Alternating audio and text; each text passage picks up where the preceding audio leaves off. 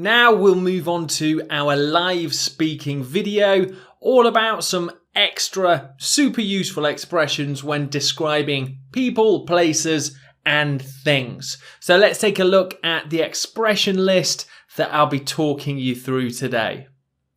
Up first, we have chalk and cheese. It's one that you may have heard of before and is pretty commonly used in descriptions. Then we have tip top. Now that's probably quite a British expression, but an interesting one and definitely worth knowing. Here we have immaculate, a really interesting descriptive word. And we have buzzing, often used to describe events. And finally, we have down to earth, which is really only used to describe people. So let's jump into the live speaking video and I'll talk you through some more examples of using these expressions within your speaking. Our first expression is idiomatic, and it is chalk and cheese. So idiomatic, it's not what we're actually talking about. There's no chalk, there's no cheese. We're making a comparison to two very different things. So if we refer to two things, usually people or places, as chalk and cheese, it means they're very different. They're very unlike from each other. For example, me and my brother, we're like chalk and cheese. We're so different. We have different personalities and different interests. Chalk and cheese. You could also use it for places. The countryside in the UK is like chalk and cheese to inner city London or inner city Manchester. The countryside is calm. The inner cities are bustling and busy, like chalk and cheese. Okay, here is an interesting spoken expression, and that is tip top. So if you say something is tip top, it really does mean it's the very best.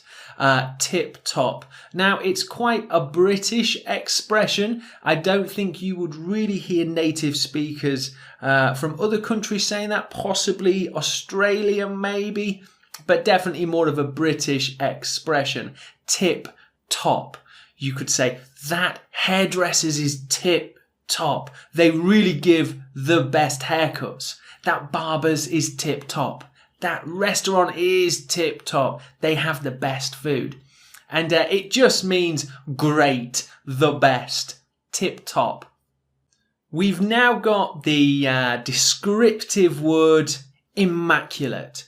And it really is quite an advanced little piece of vocabulary that you can use to describe something that is extremely clean or extremely smart. Immaculate. So, for example, if I was to stay in a really clean hotel, I could say, wow, that hotel room is immaculate. In other words, it's super clean. Now, we can also use this phrase to describe someone's dress sense, someone who is quite fashionable. And we can say, wow, they really dress immaculately. Immaculately. It's quite difficult to say, wow, she really dresses immaculately. And it basically means she's really smart, she dresses really cleanly, quite fashionable too. So generally it's used for describing cleanliness of hotels or rooms, but also to say that somebody wears really nice clothes. Immaculate, immaculately. Now we have an interesting piece of vocabulary, and that is buzzing. And we can use it to describe the atmosphere, the feeling of an event.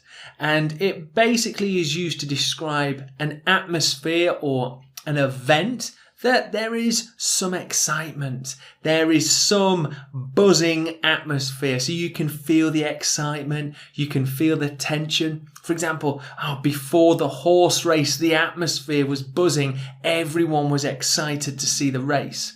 You can even use it to describe towns as well. Towns or villages or cities that are quite busy, that have an active community. Well, the seaside town, although small, has a real buzzing atmosphere. On the weekend market, it's really buzzing, lots of things happening. And it basically means that busy atmosphere of a town or a village. But it can also mean an exciting atmosphere too, such as a rock concert, an event, something like that. Buzzing. Our last expression, idiomatic expression too, is used to describe only people, and that is down to earth. So if you say that someone is down to earth, it means that they are generally quite calm, quite understanding. It's a positive phrase too. It means that they're not really into fantasies of becoming the next most amazing person. They're quite a calm thinker. They're obviously still polite, but they're really honest people. Quite calm and honest. And it's really quite a positive thing to say about somebody. If you say, my uncle, he's really down to earth. He always offers me good advice. And it's just these people that are calm, honest, often helpful too. So it's definitely a lovely expression to use when describing somebody. To say, they are so down to earth. They are so kind and polite and honest, reliable even, and friendly. Down to earth. Okay, so that is our 5 expressions all about describing people, places and things. So just some extra vocabulary in language that, I really think that you need to hear as well as practice with it too. So I hope that you've enjoyed this lesson. Now we'll jump into some practice activities.